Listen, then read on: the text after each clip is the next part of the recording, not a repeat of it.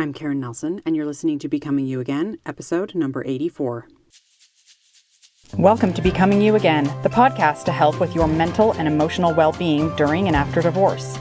This is where you learn to overcome the trauma of your divorce by reconnecting with yourself, creating lasting emotional resilience, and living a truly independent life so your life will be even better than when you were married. I'm your host, Karen Nelson. Hello, my friends. How are you all doing? How was your holiday season? My holidays were amazing. I got to spend some time with my extended family and my kids, of course, which is always amazing. And then when my kids were at their dad's for Christmas, I got to have a little downtime with my boyfriend. And I even feel like I gave myself a little extra attention over this holiday break to love myself and to spend some extra time with me, give myself some extra sleep.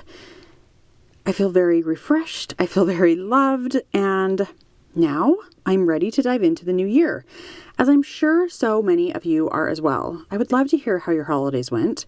Maybe it was amazing, maybe it was terrible, maybe it was just okay, maybe it was up and down. I would love to hear. Come tell me. DM me on Instagram at Karen Nelson Coaching, and let's chat.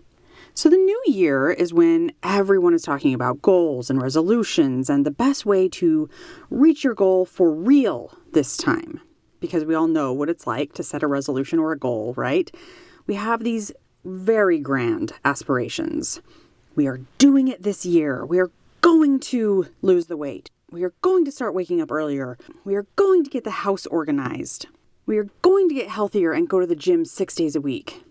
We have these big ideas of what we want, which is totally great. I love it when we can have a vision of a more evolved version of ourselves that we are working toward. I think that's a beautiful thing. The problem, though, is we live in a culture where we've been taught to want everything to happen fast, to happen now, immediately. And when that doesn't happen, we get frustrated or bored or overwhelmed, and then we just give up. We make these big resolutions to become something different, someone different, but the only way we know to reach it is to hold ourselves to an impossible standard basically overnight, like in the snap of fingers. And that's just not how most change is made. Like, you set the goal to exercise at the gym 6 days a week when you haven't been exercising at the gym 1 day a month. And yet you are expecting yourself to be a completely different person overnight. Or you tell yourself you're going to drop 30 pounds by eating healthier, so you fill your fridge with vegetables and proteins, but you've mostly just been eating carbs and treats for the last few years. And you expect that you'll just magically want to eat those other new foods overnight. And then you get mad at yourself when you aren't that person, when you don't do those things. Again, this isn't how change works. Not lasting change anyway, not real change. You can do this overnight stuff for a little while. That willpower or that white knuckling will last for a couple of weeks, right? We've all done that. But then we go back to who we were because we haven't created the habit of change in our brain. We haven't rewired any new neural pathways. And this is why most gyms stay busy for the first couple of weeks after New Year, or why you might lose the initial 5 to 7 pounds in the first few weeks.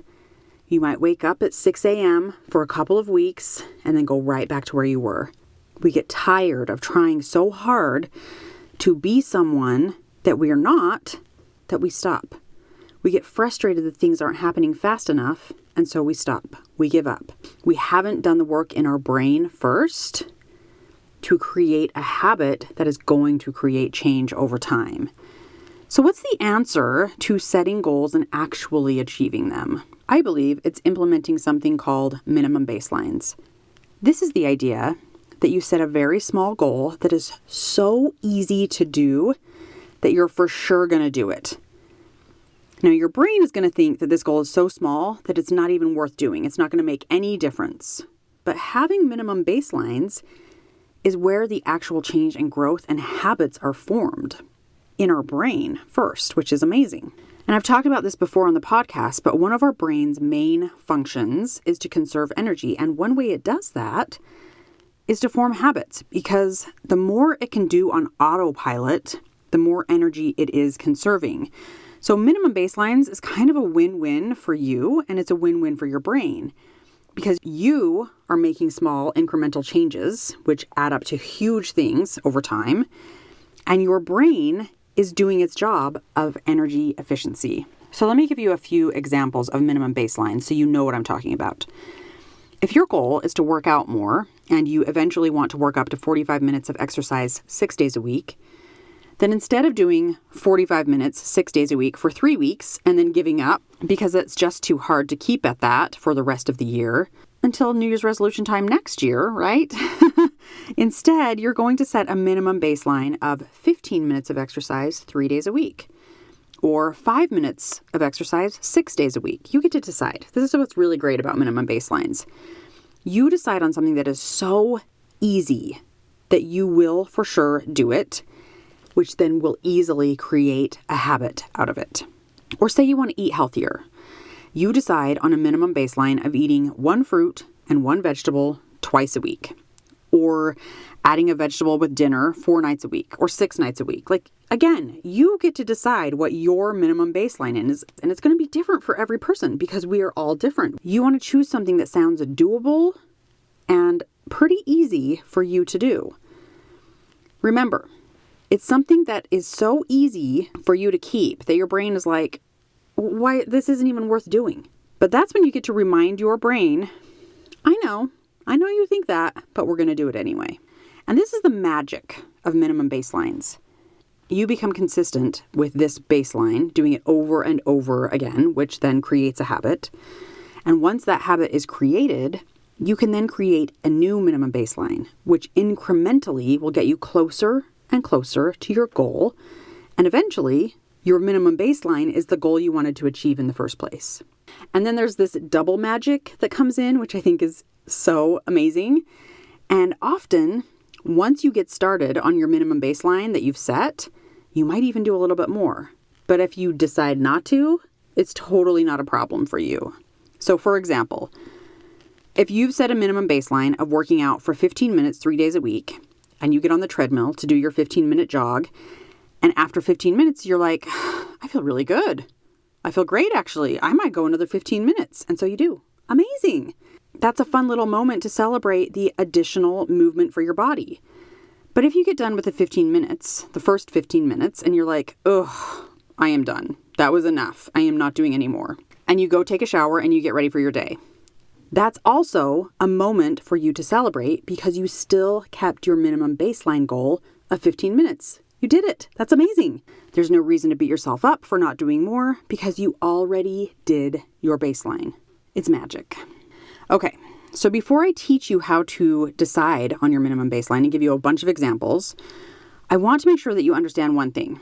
When I say that this should be easy to do, that doesn't mean that your brain is automatically going to just want to do it every day, right? Because we're creating a new habit and our brains don't like to create change. They just don't. They like what already is, what's already comfortable. And so your brain is going to tell you not to do this thing when you first start out. Because anything that is easy to do is also easy not to do, right?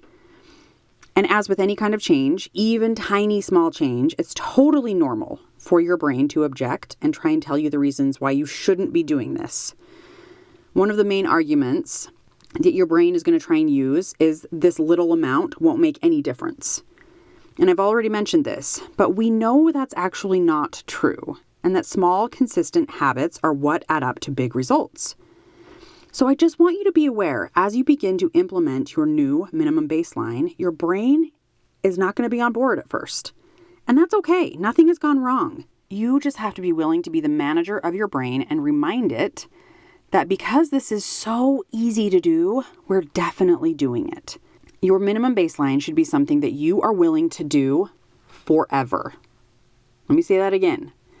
Your minimum baseline should be something that you are willing to do forever. Because think about it. If you were to exercise for 15 minutes, 3 days a week for the rest of your life, you would overall have more stamina, have a healthier heart and cardiovascular system, and your muscles would be stronger than if you exercised 45 minutes for 6 days a week every January and then not again for the next 11 months for the rest of your life. Do you see how the consistency of keeping the minimum baseline will create a better overall result for you than trying to shoot for the big change all at once and then giving up a few weeks in? And there's the added benefit of creating confidence in yourself, which is always amazing. It always feels good when we feel confident about ourselves because you are doing what you said that you would do. You believe that you're capable of creating new habits. You keep your word to yourself, which always feels good. And you see yourself as successful and capable of creating even the smallest of change. Whereas the opposite happens when you set a giant goal that's so far out of reach, and after the willpower goes out and you stop doing what you said you were going to do, you then feel like a failure and you begin to believe that you can't change, that you aren't capable, and you continue to beat yourself up about doing it all wrong, about being the worst, about this always happens. You never keep your word to yourself, right? Do you see the difference there?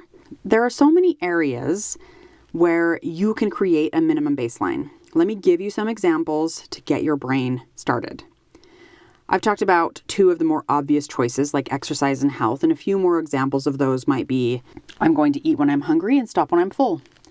That could be your minimum baseline for health and eating. You're still going to eat all the things you've been eating, but you're going to eat when you're hungry and stop when you're full.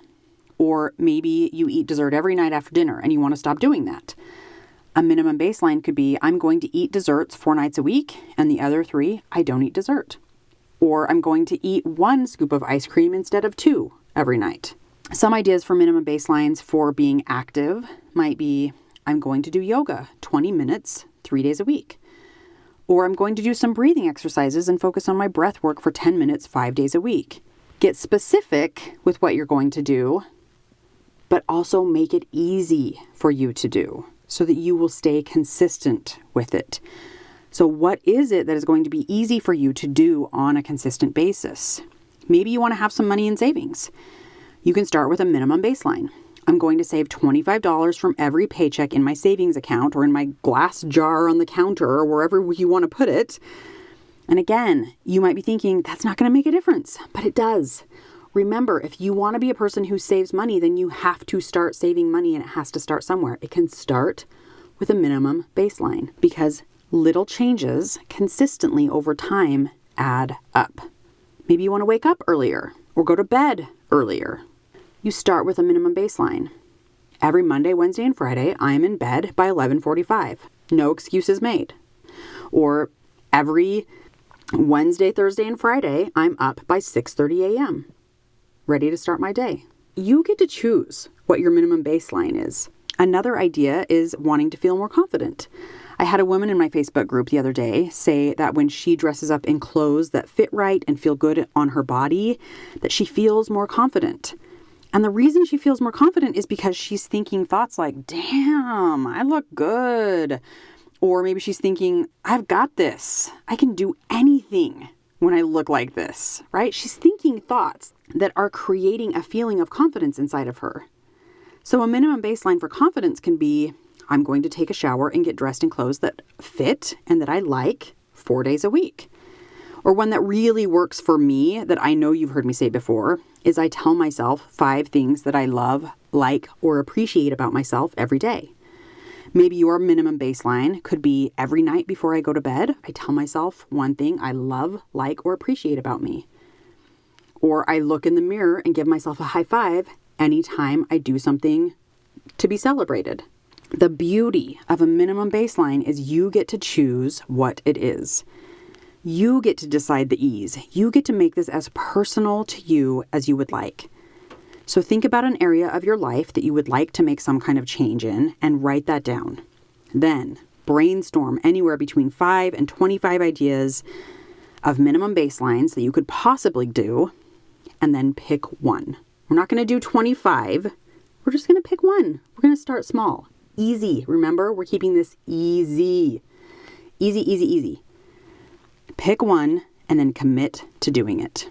So I'm just going to recap before we finish up here. Pick an area where you want to make some kind of change.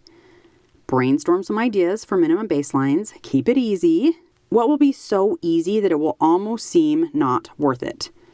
But it will be worth it over time, so you'll keep doing it consistently. and then commit to doing just the minimum baseline, and then watch yourself transform over the next year. You will be amazed by the results that you can create in your life by just sticking with your minimum baselines. All right, my friends, I love you. You've got this. Have a great week. I will talk to you soon.